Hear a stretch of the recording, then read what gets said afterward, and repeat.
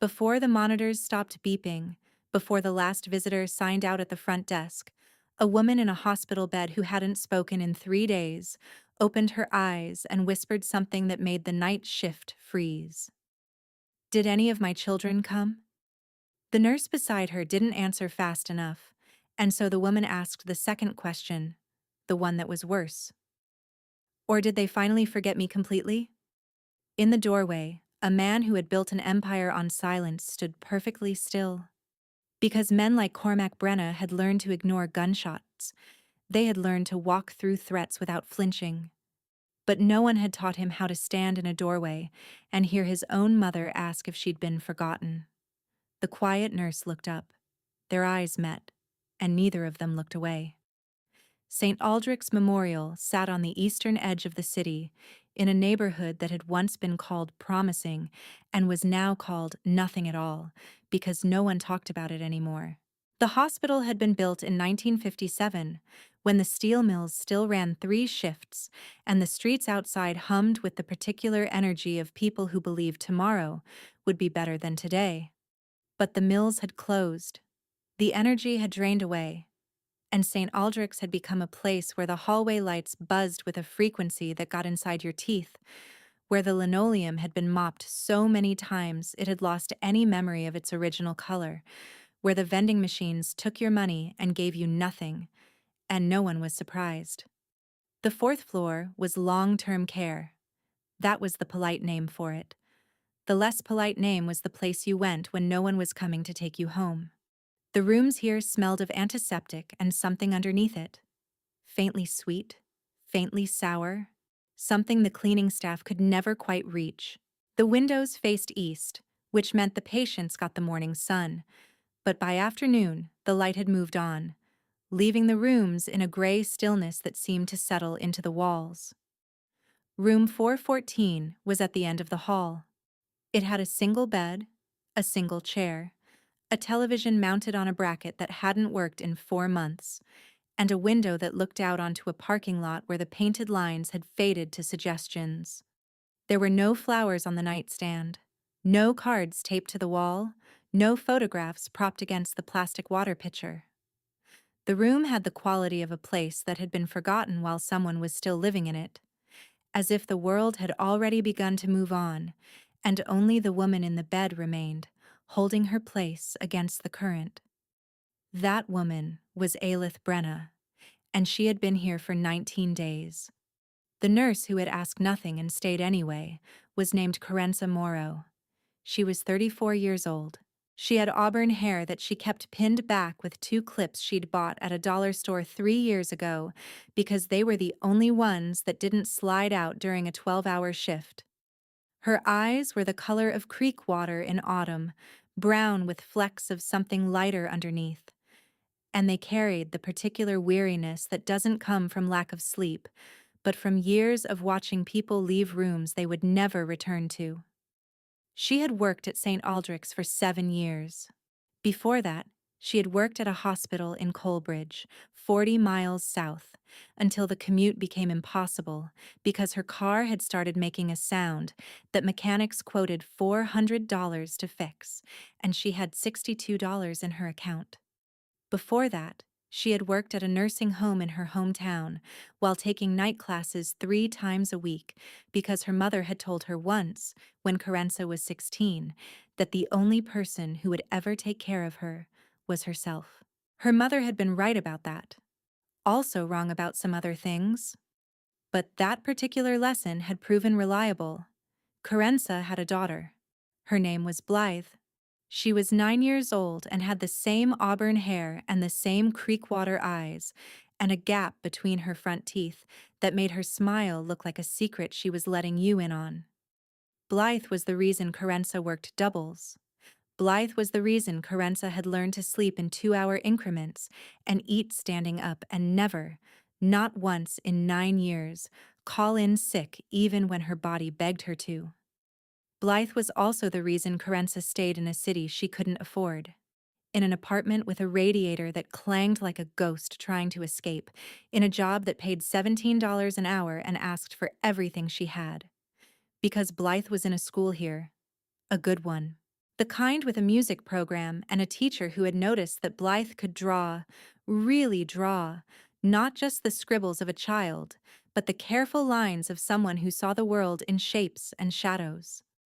And that teacher had recommended a summer art camp that cost $400, and Carenza had said yes before she'd done the math because the look on Blythe's face had made the math irrelevant.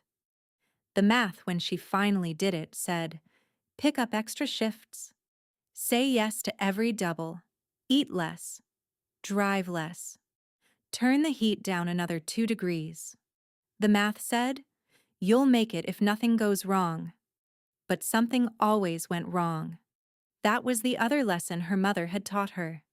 3 weeks ago, it had been the car again. Not the same sound. A different one. Worse. 2 weeks ago, it had been Blythe's glasses, snapped in half during recess, held together now with tape and hope.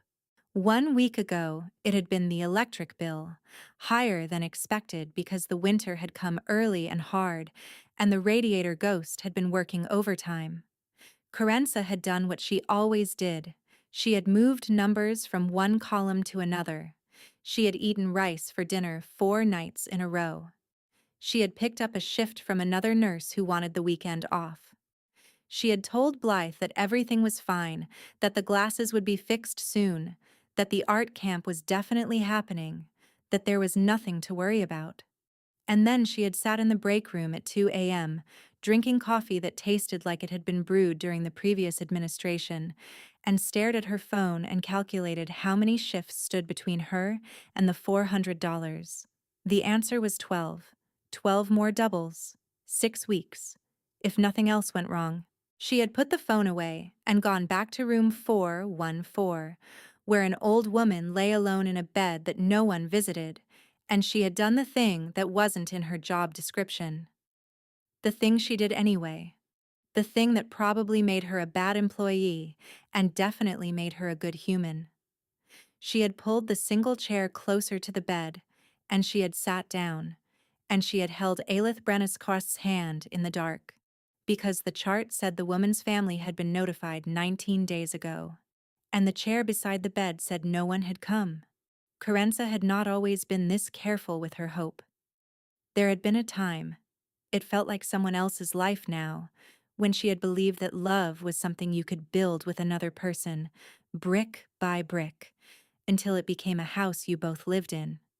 She had believed this when she was 23 and met a man named Desmond Vickers at a hospital fundraiser, where she was serving drinks, and he was wearing a suit that cost more than her rent. Desmond had hands that looked like they'd never held anything heavier than a pen. He had a voice like warm water. He had a way of looking at Carenza that made her feel like she was the only solid thing in a room full of smoke. He had also, as it turned out, a way of making her feel like she was the source of every problem he'd ever had. It started small, a comment about the way she laughed. Too loud, he said. People were looking. A suggestion about her clothes. Maybe something less attention-seeking. A question about why she needed to talk to that coworker so long. What were they discussing? Was there something she wanted to tell him? Carenza had explained. She had adjusted. She had made herself smaller in increments so gradual she didn't notice she was shrinking until the day she looked in the mirror and couldn't find herself. Blythe had been 2 years old when Desmond's words became hands. Not often. Not every day. Just often enough that Carenza learned to read the weather of his moods, to chart the pressure systems of his silences, to know by the way he set his keys on the counter whether the night would be calm or whether she would need to put Blythe in the bedroom with the door locked and the television turned up loud. She had stayed for 3 years after that first time. She had stayed because he apologized, because he cried, because he promised, because her mother had died the year before and left her nothing but a paid-off car and a lesson about self-reliance that suddenly seemed impossible to practice. She had stayed because leaving required money she didn't have, a plan she couldn't make, and a certainty she couldn't find. The night she finally left, Blythe was 5 years old. Desmond had come home late. He had been drinking. Not enough to stumble. Just enough to make his eyes go flat in that way Carenza had learned to fear. She had said something. She couldn't even remember what. Something small. Something meaningless. Something that shouldn't have mattered. He had grabbed her arm hard enough to leave fingerprints that would purple by morning. He had pulled her close and said something about respect, about gratitude, about everything he'd done for her. And Carenza had looked over his shoulder and seen Blythe standing in the hallway. Not crying, not screaming, just standing there, watching. With her small hand pressed flat against the wall like she was trying to hold the house up. That was the fracture. Not the grip on her arm. Not the words. The image of her daughter, 5 years old, learning to be still, learning to be silent, learning that this was what love looked like. Carenza had waited until Desmond fell asleep. She had packed one bag. She had carried Blythe to the car her mother had left her, the one that still smelled faintly of cigarettes and lavender perfume. And she had driven for 4 hours without stopping until she reached a city where no one knew her name. She had never gone back. She had never called.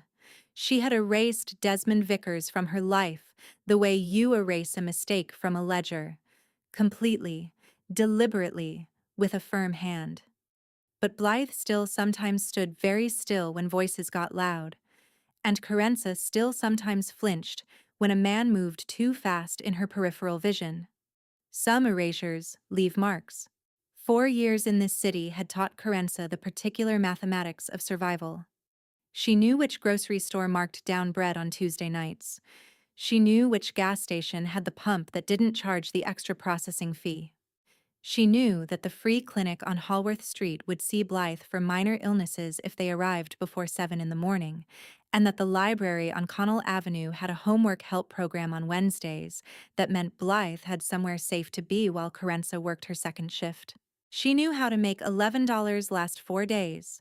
She knew how to explain to a 9-year-old why they couldn't have the cereal with the cartoon on the box. She knew how to stand in front of an open refrigerator and feel the particular shame of counting eggs. But the mathematics had become harder lately. Desmond had found her. Not in person. Not yet. But 3 weeks ago, a letter had arrived at her apartment. An apartment whose address she had told no one, given to no one, registered under a version of her name that dropped the middle initials she'd used when they were together. The letter was from a lawyer. It used words like custody and visitation rights and parental alienation. It said that Desmond Vickers wished to establish a relationship with his daughter. It said that if Carenza did not respond within 30 days, further legal action would be taken. She had read it standing at the kitchen counter while Blythe did homework at the table. She had kept her face still. She had folded the letter and put it in her pocket and asked Blythe about her math test. And later, after Blythe was asleep, she had unfolded it and read it again and felt the ground shift beneath her. He didn't want Blythe. Carenza knew that with the certainty of someone who had spent 6 years studying a man's every tell. Desmond had never wanted Blythe, not as a daughter, not as a person. He had wanted her as a possession, as proof, as a way to extend his reach into the parts of Carenza's life he could no longer touch. This was not about fatherhood. This was about control. But the law didn't know that. The law saw a father who had never been formally denied custody. The law saw a mother who had fled without documentation, without police reports, without the paper trail that turned suffering into evidence. Carenza had gone to a legal aid clinic the next day. She had sat in a plastic chair in a waiting room that smelled like floor wax and despair, and she had told her story to a woman with kind eyes and a legal pad full of notes. The woman had listened. Then she had said, "You'll need a family lawyer. A good one.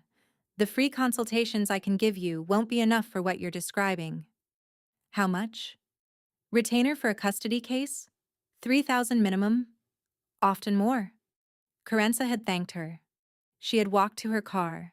She had sat in the driver's seat for 11 minutes without starting the engine because she needed to do the math, and the math needed silence. $3,000. Plus the $400 for Blythe's art camp. Plus the electric bill. Plus the car payment. Plus the glasses. The number was impossible. The number was a wall.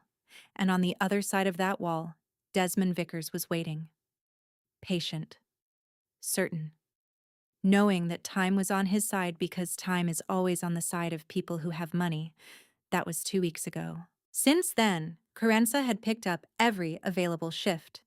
She had sold her mother's necklace, the only piece of jewelry she'd kept, to a pawn shop on Meridian Street for $80 less than it was worth because she didn't have time to negotiate. She had stopped buying coffee. She had started skipping lunch. And she had continued to come to room 414 every night, to sit beside a woman whose family had abandoned her, because something in Carenza recognized something in Aelith Brenna. The recognition of women who had been left behind. The night Cormac Brenna appeared in the doorway, Carenza had been awake for 19 hours. She had $847 saved toward the lawyer. She had a letter in her apartment that was now 23 days old, which meant she had 7 days left to respond.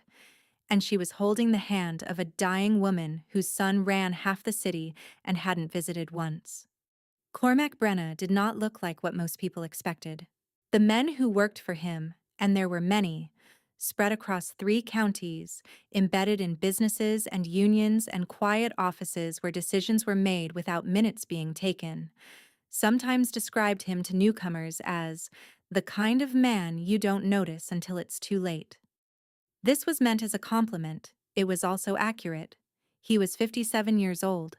He had gray hair that he wore short, almost military, and eyes the color of slate after rain, pale and hard and difficult to read. His face had the weathered quality of a man who had spent time outdoors in his youth, though he hadn't done physical labor in 30 years. He dressed well, but not ostentatiously. Dark suits, simple ties, shoes that cost a great deal but didn't announce it. He looked like a businessman, a contractor maybe, someone who built things. In a sense, he did build things. He built systems. He built loyalties. He built networks of obligation and debt that functioned more reliably than any contract a lawyer could draft. He had never raised his voice in a negotiation. He had never needed to. The empire Cormac ran had been his father's before him, and his grandfather's before that. Though his grandfather had operated on a smaller scale, in a different city, with cruder methods. Each generation had refined the operation. Each generation had made it more invisible. By the time Cormac inherited it at 31, the Brenna organization looked from the outside like nothing more than a series of legitimate businesses. Waste management, construction, private security, a few commercial properties. Only those who knew where to look could see the architecture beneath. Cormac had not visited his mother in 19 days because he had been in Montreal handling a situation that required his personal attention. A supplier had become unreliable. Unreliable suppliers created vulnerabilities. Vulnerabilities had to be addressed. He had sent flowers. He had instructed his assistant to ensure the hospital provided the best possible care. He had done what he always did, delegated the human details to people paid to manage them. But his assistant had called this morning with news that changed things. Aelith's condition had worsened. The doctors were using phrases like making her comfortable and a matter of time. And so Cormac had boarded a plane and driven straight from the airport to St. Aldrich's Memorial, still wearing the suit he'd put on in Montreal, still carrying the weight of decisions made in rooms where the stakes were measured in millions. He had expected to find his mother alone. He had expected to find her sleeping. He had expected to stand in the doorway and feel whatever it was he was supposed to feel, then make arrangements for whatever came next. He had not expected to find a nurse in faded scrubs sitting beside the bed, holding his mother's hand in the dark, asking nothing and expecting nothing in return. and he had not expected to hear his mother's voice. Thin, fragile, but unmistakably hers. Ask if any of her children had come. The question had frozen him. Not because it was unfair. It was entirely fair. He had not come. His sister Neve had not come. She lived in Portland now, and hadn't spoken to the family in 6 years. His brother Declan had not come because Declan was serving 8 years in a federal facility for charges that could have been much worse if Cormac hadn't intervened. None of them had come, and their mother, who was 79 years old and dying in a hospital that smelled like antiseptic and regret, had noticed. Cormac stood in the doorway and watched the nurse hold his mother's hand. He watched the way she leaned forward, the way her thumb moved in small circles across the papery skin, the way she was present in a manner that required no audience and expected no reward. And a wall he had spent 40 years building began to crack, because he remembered another hospital, another bed, another woman lying alone while the people who should have been there weren't. He had been 12 years old. His mother had been in St. Bridget's across town, recovering from a fall down the stairs that everyone knew wasn't a fall. His father had told the children not to visit. She needs rest, he'd said, which meant, she has bruises I don't want to explain. And Cormac had obeyed, because at 12, you obeyed Seamus Brenna, or you learned what disobedience cost. But one night, he had snuck out. He had taken 2 buses across the city. He had walked into St. Bridget's and found his mother's room and stood in the doorway just like he was standing now. She had been alone. No flowers, no cards, the television playing to no one. And she had looked up and seen him and said, "You shouldn't have come, love. You'll get in trouble." Not, "I'm so glad you're here." Not, "I missed you." You'll get in trouble. Because even then, even broken and alone in a hospital bed, she had been protecting him from his father. She had been putting his safety above her own loneliness. He had sat with her for 2 hours. He had held her hand. He had promised her, silently, in the way children make promises they don't have words for, that someday he would have enough power that no one would ever hurt her again. And then he had gone home, and his father had been waiting. And the lesson Cormac learned that night was not about love, but about the cost of showing it.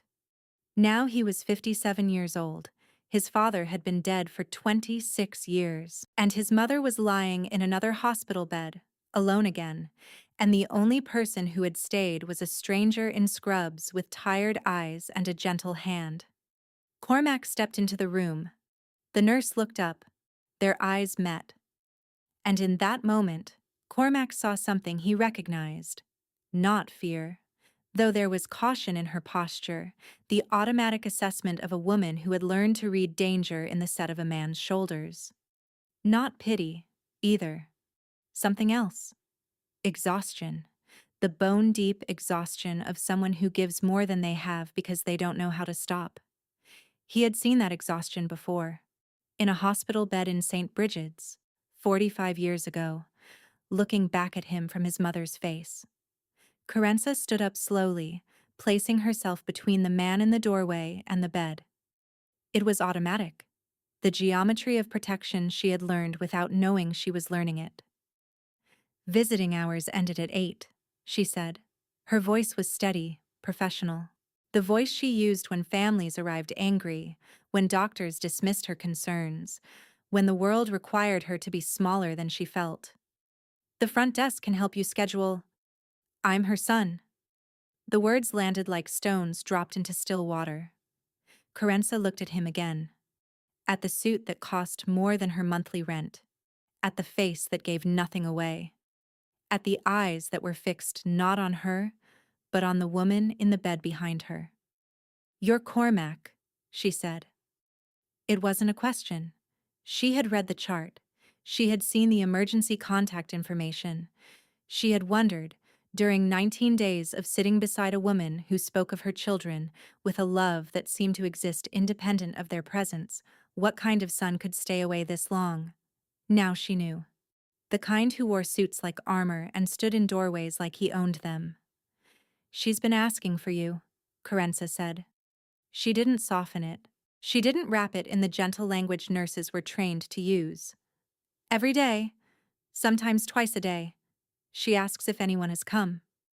Cormac's jaw tightened. It was the only movement, the only crack in the stillness of his face. "I was out of the country." "For 19 days?" The question hung between them. Carenza knew she should stop. She knew that this man was powerful in ways she couldn't see, that challenging him was foolish, that her job was to provide care and not commentary.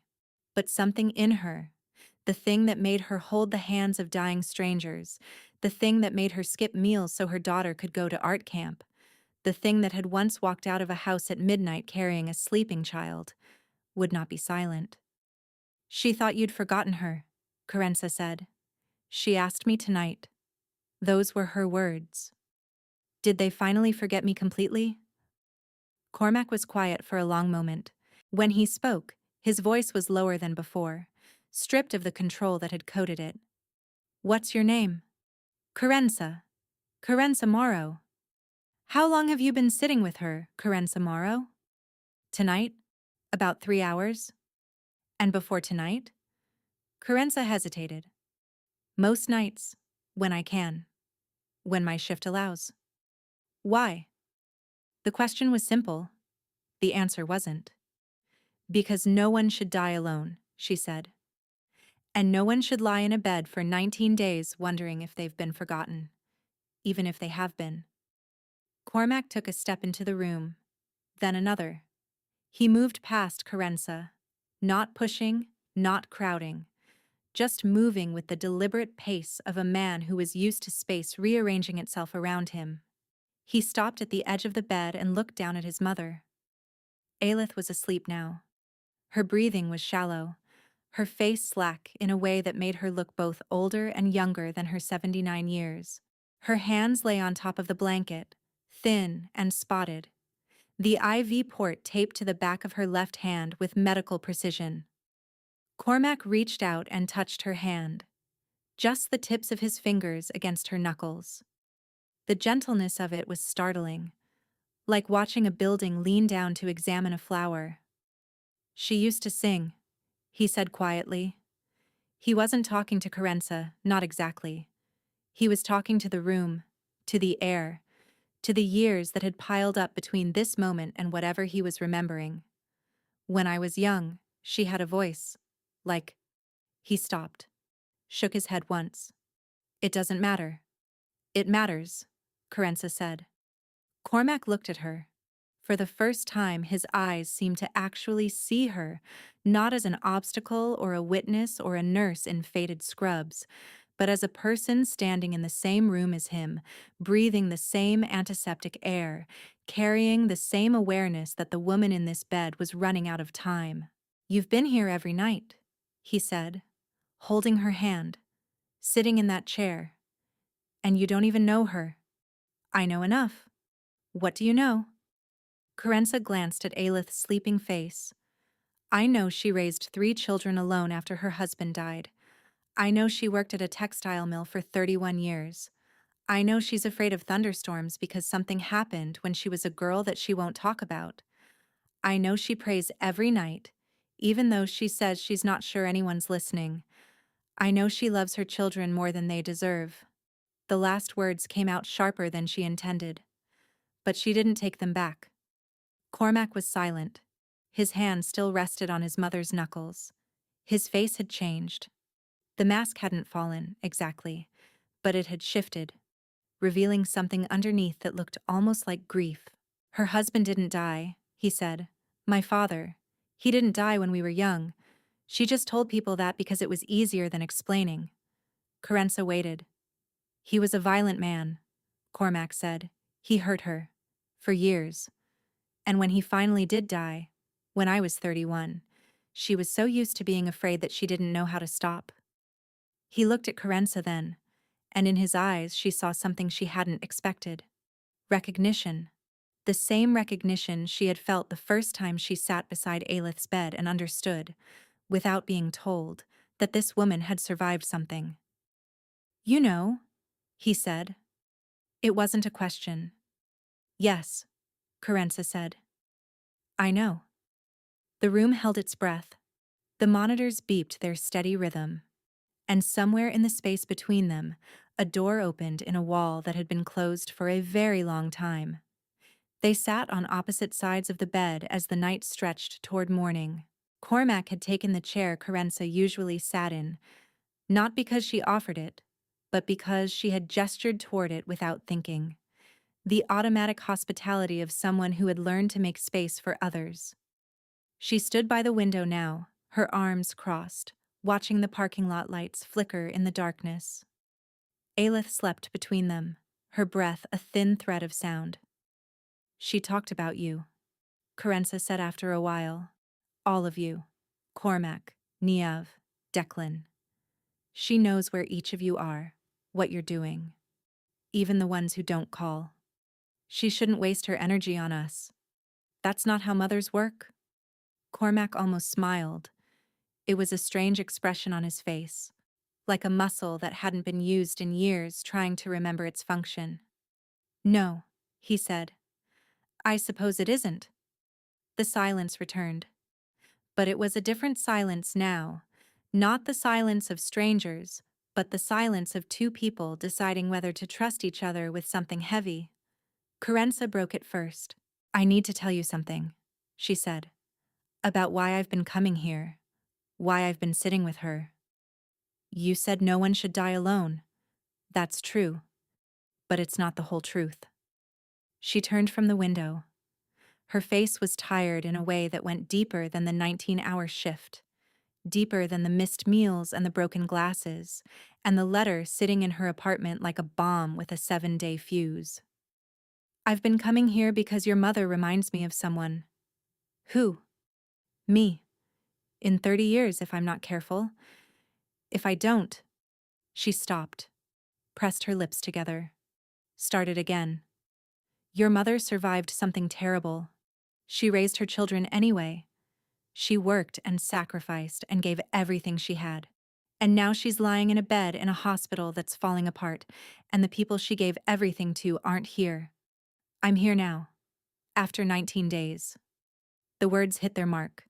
Carenza saw it in the way Cormac's shoulders tightened, the way his hand pressed harder against his mother's knuckles. "I'm not judging you," she said, though she wasn't sure that was true. "I'm saying, I look at her and I see a warning. I see what happens when you pour yourself out for people who don't pour back. And I'm terrified. That's where I'm heading." "Why would you be heading there?" And then, because she was exhausted, because she had 7 days left, because this man had shown her a crack in his armor and she felt somehow that she owed him one in return, Carenza told him. She told him about Desmond, about the 6 years of shrinking, about the night she'd seen her daughter frozen in the hallway, learning to be silent, about the drive through the darkness with nothing but a sleeping child and her mother's car. She told him about the 4 years since, about the mathematics of survival, about the grocery store on Tuesday nights and the clinic on Hallworth Street, and the radiator that clanged like a ghost. She told him about Blythe, about the art camp and the broken glasses, and the teacher who had noticed something special. About the way Blythe still went very still when voices got loud, and she told him about the letter, about Desmond's lawyer, about the 30 days and the $3,000 and the 7 days remaining. "He doesn't want her," Carenza said. Her voice had gone flat, the way voices go when they're carrying too much to allow for inflection. "He wants to control me. He wants to prove that no matter how far I run, he can still reach me. And I don't have enough money to stop him. I don't have a lawyer. I don't have family. I have a daughter who trusts me to keep her safe, and a countdown clock that's almost out of time." She wiped her eyes with the back of her hand. She hadn't realized she'd started crying. "I don't know why I'm telling you this," she said. "You're a stranger. Your mother is my patient. This is completely inappropriate. I just—" "Carenza?" She stopped. Cormac was looking at her with an expression she couldn't read. His face was still controlled, still guarded, but something in his eyes had changed. Something had opened. My mother, he said slowly, spent 30 years married to a man who broke her bones and blamed her for it. She didn't leave because she had 3 children and no money and a family who told her that marriage was sacred and suffering was a woman's lot. She stayed because the world gave her no way out. He stood up, moved around the bed until he was standing in front of Carenza, close enough that she had to look up to meet his eyes. I spent my whole life building something, he said. An organization, a network, power. I told myself it was about business, about legacy. But the truth is, I built it because I was 12 years old watching my mother lie in a hospital bed alone, and I swore that one day I would have enough power to make sure no one could ever hurt the people I cared about again. He paused. His voice dropped. I failed her. I let 19 days pass while she lay here wondering if her children had forgotten her. That failure is mine, and I will carry it. But I am standing here now, Carenza Morrow, and I am telling you, you are not going to become my mother. You are not going to pour yourself out and end up alone. Not if I can prevent it. Carenza shook her head. You don't even know me. I know enough. It was the same thing she had said to him an hour ago, when he'd asked what she knew about his mother. The echo of it hung in the air. I know you've been sitting with a dying woman every night because your heart wouldn't let you leave her alone, Cormac said. I know you're raising a daughter by yourself while a man who hurt you tries to use the law as a weapon. I know you're running out of time and money and options. And you're still here, holding my mother's hand, because that's who you are. He reached into his jacket and pulled out a phone. I know people, he said. Lawyers who don't lose. People who can make problems disappear. I'm not offering you charity. I'm not asking for anything in return. I'm asking if you'll let me help. Carenza stared at him. Her chest felt tight. Her eyes were burning. Why? She whispered. Cormac looked at his mother's sleeping face. When he spoke, his voice was rough at the edges. Because 45 years ago, I sat in a hospital room and promised a woman I would never let her be alone again. I broke that promise. I can't undo that. But I can make sure someone else's daughter doesn't grow up the way I did, watching her mother break herself against a world that refused to help. He met Carenza's eyes. Let me help. Please. The word please changed everything, because men like Cormac Brenna did not say please. Men with empires and networks and power did not ask permission. And the fact that he was asking, the fact that he had made it a choice, her choice, was the thing that finally broke through her defenses. Okay, she whispered. Okay. Cormac made 3 phone calls. The first was to a man named Whelan, who answered on the second ring despite the hour. Cormac spoke in short, precise sentences. A name, Desmond Vickers. A city, Coalbridge. A situation, custody threat. History of domestic violence. 7 days remaining. I want everything, Cormac said. Employment, finances, associations, anything that doesn't survive sunlight. Have it to me by tomorrow evening. The second call was to a woman named Petra Langston. She was, Cormac explained after he hung up, one of the finest family law attorneys in the state. She had argued before the state Supreme Court twice and won both times. She charged $800 an hour and had a waiting list 4 months long. She would see Carenza tomorrow at 9 in the morning. I can't afford, Carenza started. She's on retainer, Cormac said. My retainer. Her fee is handled. I can't accept that. You're not accepting anything. I'm making a phone call. What you do at the meeting is your choice. He paused. She's going to ask you for documentation. Everything you have.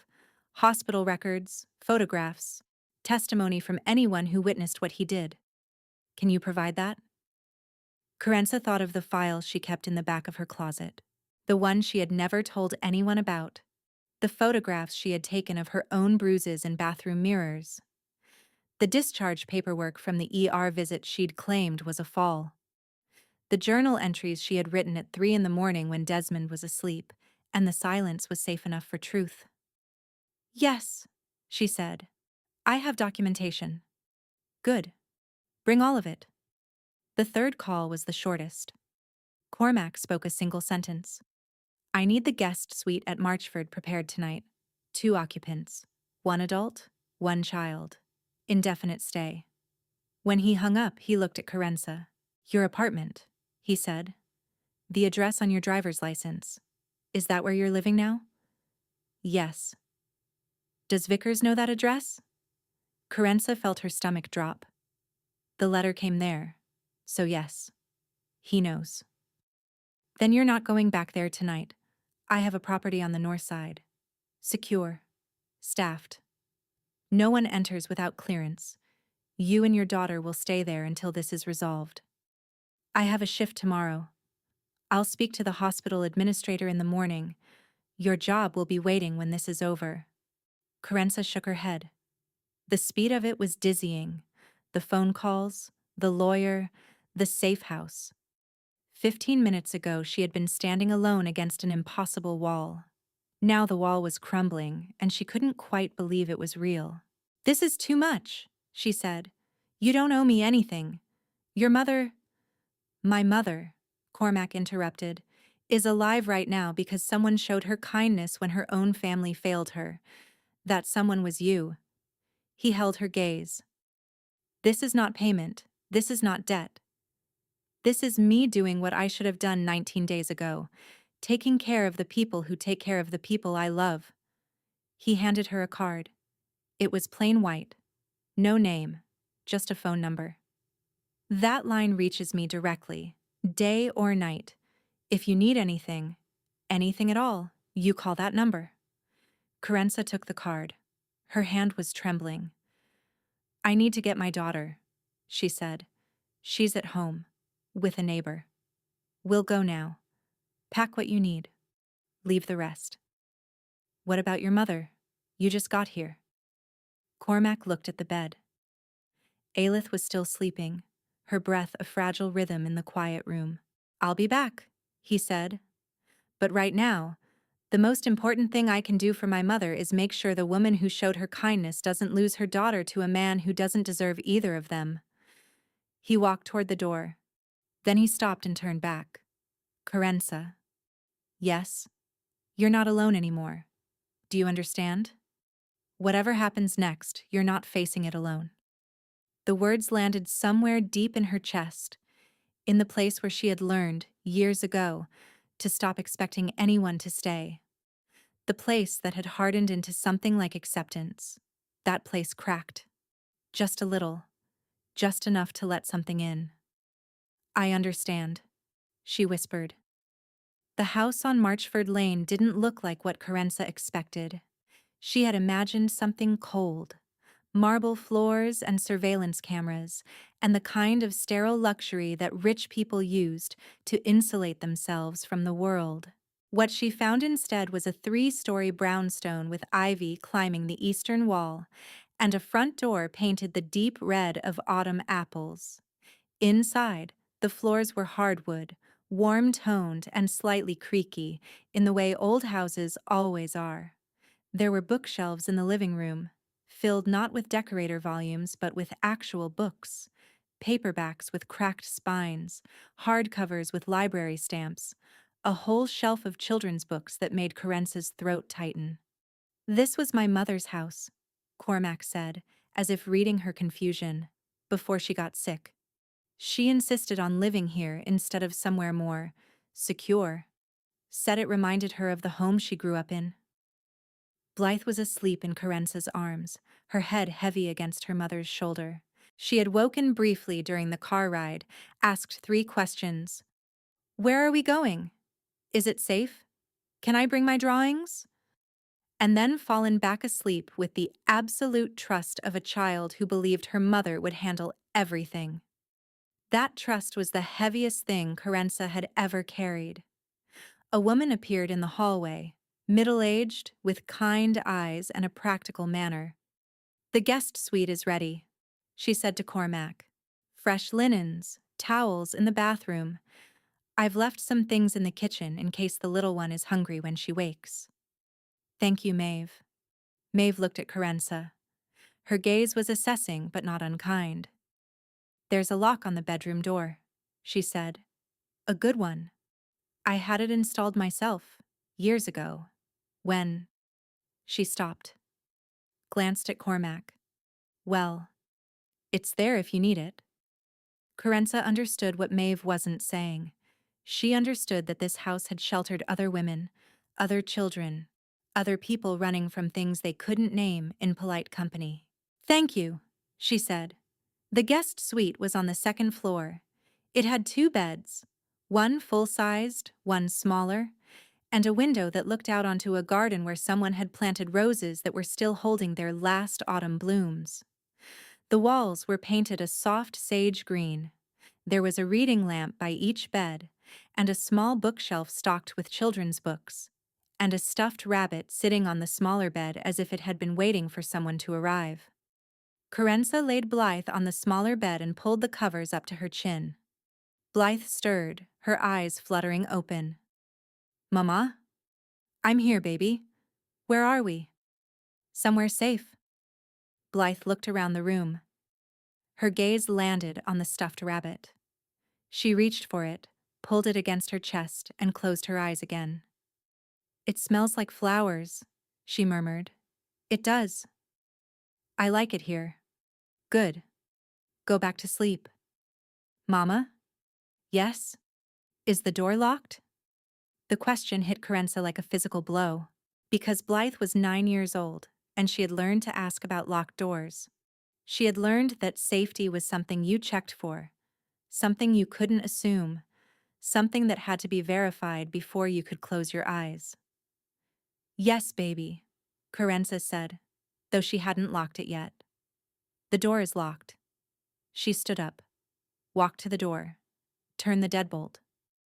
The sound it made, solid, certain, final, was the most beautiful sound she had heard in 4 years.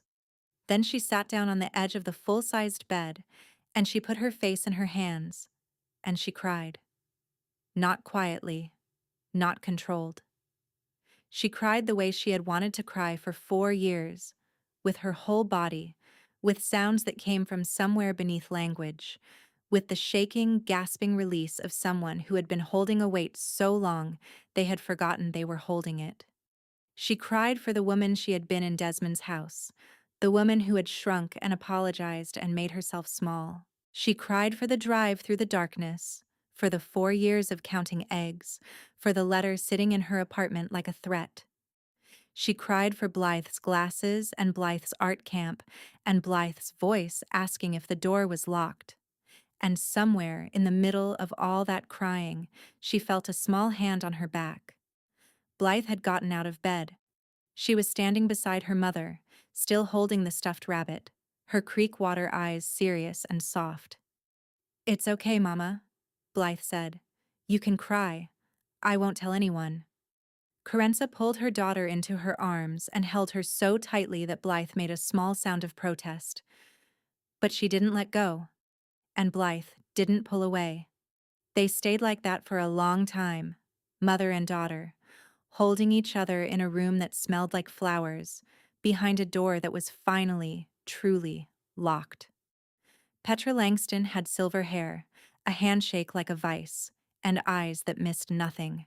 She met Carenza at her office downtown, a corner suite on the 14th floor with windows overlooking the river. The desk between them was immaculate. The file Carenza had brought was thick. Petra spent 45 minutes reading it. She didn't speak. She didn't react. She just read, turning pages with the methodical patience of someone who had seen worse and won anyway. When she finished, she closed the folder and looked at Carenza. "This is good documentation," she said. "Better than most. The photographs are dated. The journal entries are consistent. The ER records corroborate your account. Most women in your situation don't have this." I knew I might need it someday, Carenza said. I just hoped I wouldn't. Petra nodded. Here's what's going to happen. I'm filing an emergency motion today to dismiss his custody petition. The grounds are domestic violence, which your documentation supports, and the fact that he made no attempt to contact you or your daughter for 4 years until you became financially stable enough to be worth pursuing. Will that work? It will buy us time. The stronger play is the counterpetition. We're going to file for a protective order, and we're going to subpoena his records. His records? Petra's smile was thin and sharp. Mr. Vickers has been busy since you left him. My investigators... She paused. And some associates of Mr. Brenna's have uncovered a pattern. 2 other women. Similar circumstances. Similar escalation. One of them filed a police report that was mysteriously lost. The other left the state and hasn't been heard from since. Carenza felt cold. You think I think he's a dangerous man who has spent years learning how to operate just inside the line the law can see. But the law can be made to see more clearly when you know where to shine the light. She slid a document across the desk. This is a temporary restraining order. I'm filing it this afternoon. It prohibits him from coming within 500 feet of you or your daughter. It prohibits contact by any means. Phone, email, letter, third party. Violation is a criminal offense. Carenza stared at the document. Her hands were shaking. He's going to be angry, she said. Yes, Petra agreed. He is. But anger is not power, Ms. Morrow. Documentation is power. Legal representation is power. And right now, you have both. The restraining order was granted the next day. The custody petition was dismissed 6 days later, not because Desmond withdrew it, but because the judge reviewed the evidence and found that the petition had been filed in bad faith as a means of harassment and control. The judge's language was precise. The petitioner has demonstrated no genuine interest in the welfare of the child, and substantial evidence suggests the petition is intended as an instrument of coercion against the respondent. Desmond Vickers was not arrested, but a file was opened. Detectives in 2 jurisdictions began making phone calls. The other women were contacted. Patterns were documented. And 3 weeks after the night in the hospital room, a man in a dark suit visited Desmond at his office in Coleridge. The man didn't introduce himself. He didn't make threats. He simply placed a folder on Desmond's desk. A folder containing photographs, records, testimony, and said, Mr. Brenna wants you to understand that Carenza Morrow and her daughter are under his protection. He also wants you to understand that certain information has been shared with appropriate authorities and will continue to be shared if you make any attempt to contact them, directly or indirectly, for any reason, ever again. The man paused. Mr. Brenna is not a patient man, and he has a long memory. Do you understand? Desmond understood. He would not contact Carenza again. He would not contact Blythe. He would, in fact, sell his house in Coleridge 6 months later and move to a different state, where he would spend the rest of his life looking over his shoulder at shadows that may or may not have been following him. Some threats don't need to be spoken to be heard.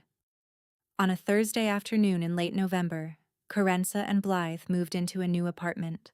It was a 2-bedroom in a building with a doorman and a security system, and a playground visible from the kitchen window.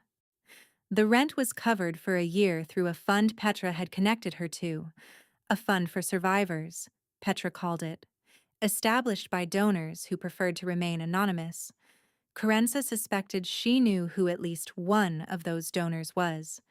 She didn't ask. The apartment had a bedroom for Blythe, with walls that could be painted any color she wanted. Blythe chose yellow, not pale yellow, but the bright, confident yellow of sunflowers and school buses and happy endings. Because yellow is the color of brave, Blythe explained. Carenza didn't argue. The first night in the new apartment, Blythe walked to the front door without being asked. She reached up, She had to stand on her tiptoes and turn the deadbolt herself.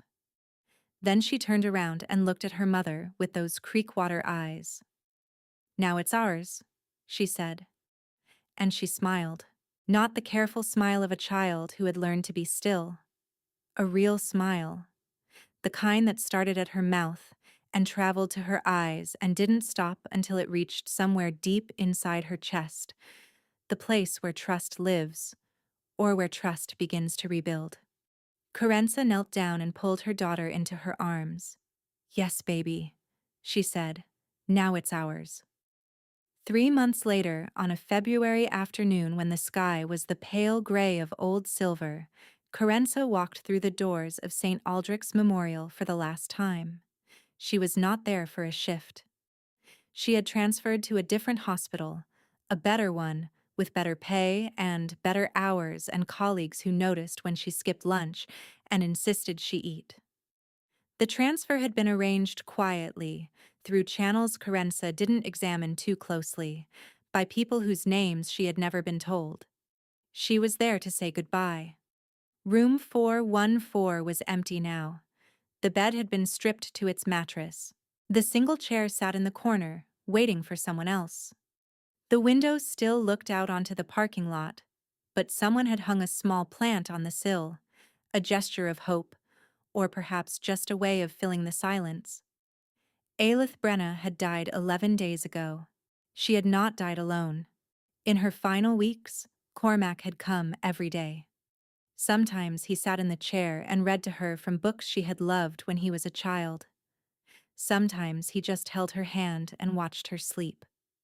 Once, Carenza had arrived for a visit and found him singing, low and rough and off-key, a song his mother had sung to him 40 years ago, when he was small enough to be carried and the world was simple enough to fit in a lullaby.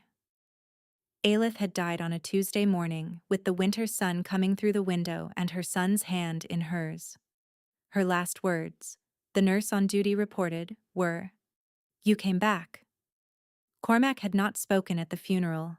He had stood at the back of the church, his face unreadable, his eyes fixed on the casket. But afterward, when the other mourners had left and the pews were empty, he had walked to the front of the church and placed something on the altar. A photograph, black and white, creased with age, a young woman with dark hair and bright eyes, holding a baby in her arms, smiling at the camera with the uncomplicated joy of someone who still believed the world was kind. Carenza had seen the photograph. She had recognized the woman. Now she stood in room 414 and looked at the empty bed and thought about all the women who had lain in beds like this one, alone, forgotten, wondering if anyone would come. Not all of them had someone who came back. But Aelith had. In the end, Aelith had. There was a sound behind her. Carenza turned. Cormac was standing in the doorway. He looked older than he had 3 months ago. Not in years, but in weight. The weight of grief, of reckoning, of promises made and broken and finally, imperfectly, kept. "I thought I might find you here," he said. "I wanted to see it one more time, before I—" She stopped, shook her head. "I don't know why. It doesn't make sense." "It makes perfect sense." He walked into the room and stood beside her, both of them facing the window. "This is where it started. It makes sense to come back." "How are you?" Carenza asked. Cormac considered the question. "I'm not sure," he said honestly. "I spent 40 years building walls. She spent her last weeks tearing them down. I'm still adjusting to the view." "She loved you.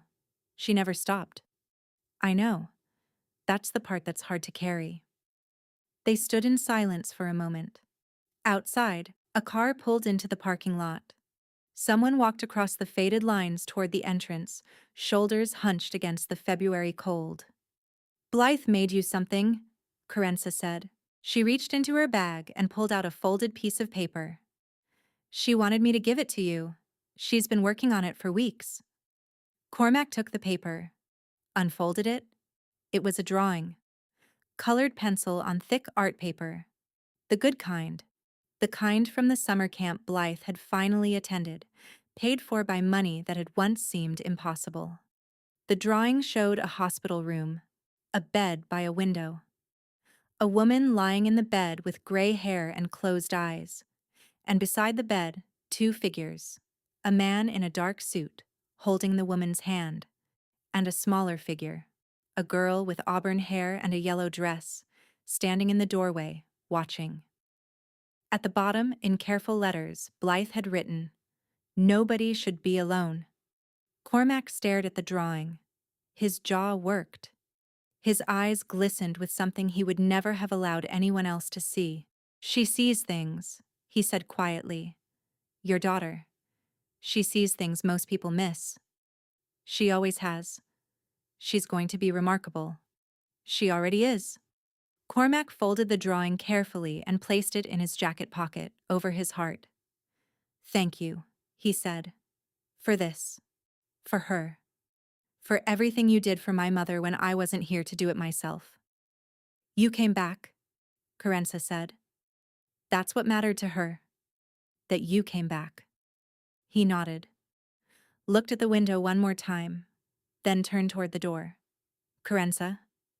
"Yes? If you ever need anything, anything at all. I know. I have the number." He almost smiled. "You do? Don't hesitate to use it." He walked out of the room. His footsteps echoed down the hallway, steady and sure, growing fainter until they disappeared. Carenza stood alone in room 414 for another moment. She looked at the empty bed, the single chair, the plant on the windowsill, reaching toward the pale winter light. Then she turned and walked out, closing the door softly behind her. That evening, Carenza made dinner in her yellow-walled kitchen while Blythe sat at the table doing homework. The radiator in this apartment didn't clang. The locks on the door were strong. The refrigerator was full. "Mom?" Blythe said, looking up from her math worksheet. "Yeah, baby? Did you give him my drawing?" "I did. He loved it." Blythe nodded, satisfied. She returned to her homework, her pencil moving across the page with the focused intensity of a child who had learned that the world could be cruel, but had also learned, recently, tentatively, with great care, that it could be kind. Carenza watched her daughter for a moment. The auburn hair, the creek water eyes, the gap-toothed smile that emerged when she solved a problem correctly. She thought about the woman she had been 4 years ago, driving through darkness with nothing but a sleeping child and a prayer. She thought about the woman she had been 3 months ago, counting down days with a letter in her pocket and no way forward. She thought about Aelith Brenna, who had survived 30 years of brutality and raised 3 children and worked at a textile mill and prayed every night even when she wasn't sure anyone was listening. She thought about Cormac, the boy who had hidden behind furniture while his father raged, the man who had built an empire, the son who had come back too late and stayed anyway. And she thought about the drawing Blythe had made, the careful letters at the bottom. Nobody should be alone. It was true, Carenza realized. It was the truest thing she knew. And for the first time in longer than she could remember, she wasn't. Outside, the February darkness settled over the city. Streetlights flickered on. Somewhere, a church bell rang the hour. And in an apartment with yellow walls and strong locks and a refrigerator full of food, a mother and daughter sat together in the warm light, doing homework and making dinner, breathing the ordinary air of a life that had finally, after everything, become safe. The deadbolt on the front door held firm. It would hold firm tomorrow, and the day after that, and all the days that followed. Because some doors, once locked against the darkness, stay locked forever, and some promises, once kept, never need to be spoken again.